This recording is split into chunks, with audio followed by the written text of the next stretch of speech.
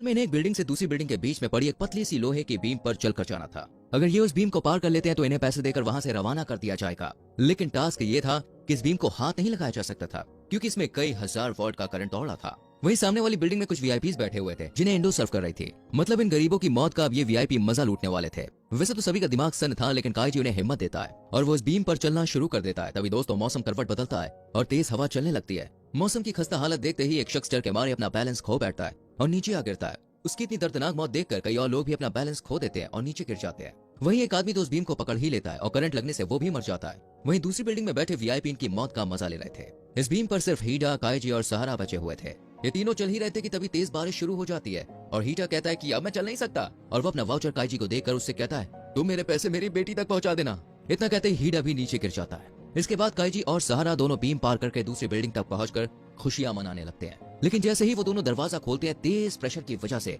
सहारा नीचे गिरकर मर जाता है। इसके बाद काईजी उस कमरे में पहुंचता है और अपने दोनों वाउचर्स के पैसे मांगता है, लेकिन उसे कहा जाता है कि मरे हुए इंसान के वाउचर पर पैसे नहीं मिलेंगे और तुम्हारा सारा कर्जा काट पीट कर सिर्फ 70,000 ही बनता है। यानी यहाँ काईजी के साथ हो रही थी दबा कर चीटिंग।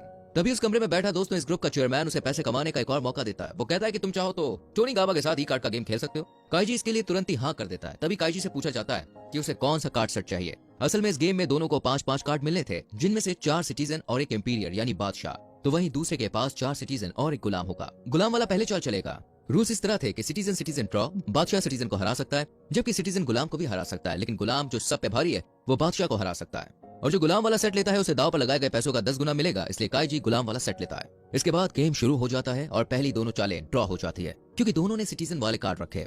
लेकिन तीसरी चाल पर काईजी गुलाम चलता है, जिसके बारे में टोनी गाबा को पहले ही पता चल जाता है और वो काईजी को हरा देता है। इधर काईजी के दिमाग के तार हिल चुके थे। वो समझ नहीं पा रहा था कि टोनी को पता चला तो चला कैसे। इस पर टोनी कहता है कि उसे लोगों के चेहरे पढ़ने आते हैं और वो चेहरा देखकर ही समझ जाता है कि किसने कौन सी चाल चली है। इससे पहले कि काईजी को वापस उसी अंडरग्राउंड माइन में ले जाया जाता, चेयरमैन टोनी को जोर से अपनी छड़ी से मारता है और कहता है मजा नहीं आया। चेयरमैन तुरंत ही इंडो से काईजी को 4 मिलियन का लोन दिलवाता है और मैच दोबारा शुरू होता है, लेकिन दोबारा काईजी फिर से हारता है। अब जब सूट बूट वाले कन्हैया लाल दोबारा काईजी को उसी माइन में ले जाने लगते हैं तो काईजी सोचता है कि टोनी को आखिर पता कैसे चला। तब उसे समझ में आता है कि उसके कंधे पर एक चिप लगी हुई है और मैच के दौरान टोनी अपनी घड़ी में देख रहा था, यानी कि वो चिप उसकी घड़ी से कनेक्टेड थी और टोनी काईजी की हार्ट रेट देख रहा था जो रिस्क लेने पर हाई हो जाती थी। अब काईजी समझ चुका था, इसलिए वो इंडो से कहता है कि वो उसे 50 मिलियन का लोन दे। इंडो सवाल करती है तो काईजी कहता है इस बार जीत उसकी होगी, तुम देख लेना।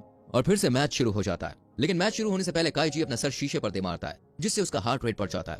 यानी अब टोनी गाबा चीटिंग नहीं कर सकता है। वो काईजी की टेबल पर एक गुलाम और एक सिटीजन का कार्ड रखता है और उन पर खून टपका देता है और उन्हें साफ करने की एक्टिंग करता है, लेकिन थोड़ा खून छोड़ देता है। वहीं टोनी को ये दिखाने की कोशिश करता है कि उसने गुलाम वाला कार्ड सिटीजन वाले से बदल लिया है। इस राउंड में पहली 3 चालें ड्रॉ हो जाती हैं। फिर दोस्तों काईजी खून लगा कार्ड आगे करता है और टोनी समझ जाता है कि ये गुलाम है, लेकिन वो कार्ड रखने से पहले सोचता है कि काईजी इतना भी बेवकूफ नहीं है। वो खून लगा सिटीजन वाला कार्ड पहले ही रख चुका है और उसने दूसरा कार्ड बदल दिया था। कुल मिलाकर टोनी काईजी की चाल समझ जाता है और बादशाह वाला कार्ड फेंक देता है। इसके चलते टोनी काईजी का मजाक बनाता है और उसे लूजर कहता है, लेकिन काईजी टेंशन में अपनी आंखें ऊपर उठाता है और काईजी के कार्ड पलटते ही धमाका हो जाता है। मतलब वो गुलाम वाला ही कार्ड था जिस वजह से टोनी को मजदूरी करने के लिए जाना पड़ता है। असल में काईजी ने कभी कार्ड बदला ही नहीं था। इस तरह काईजी दाव पर लगाए गए पैसे से 10 गुना ज्यादा यानी कि 500 मिलियन उठाकर इंडो के साथ वहां से निकल जाता है और दोनों पार्टी करने लगते हैं। यहाँ काईजी ने इंडो को 300 मिलियन दिए थे, लेकिन जैसे ही काईजी बियर पीता है वो बेहोश हो जाता है क्योंकि इंडो ने उसकी ड्रिंक में बेहोशी की दवा मिला दी थी।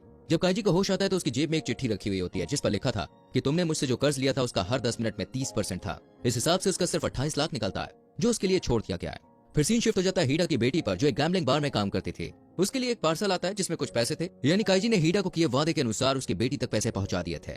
लेकिन अब उसके पास कुछ भी नहीं बचता। पर एक बात अच्छी थी कि अब उसके पास कोई भी कर्जा नहीं था, यानी कि खाली आती गया और खाली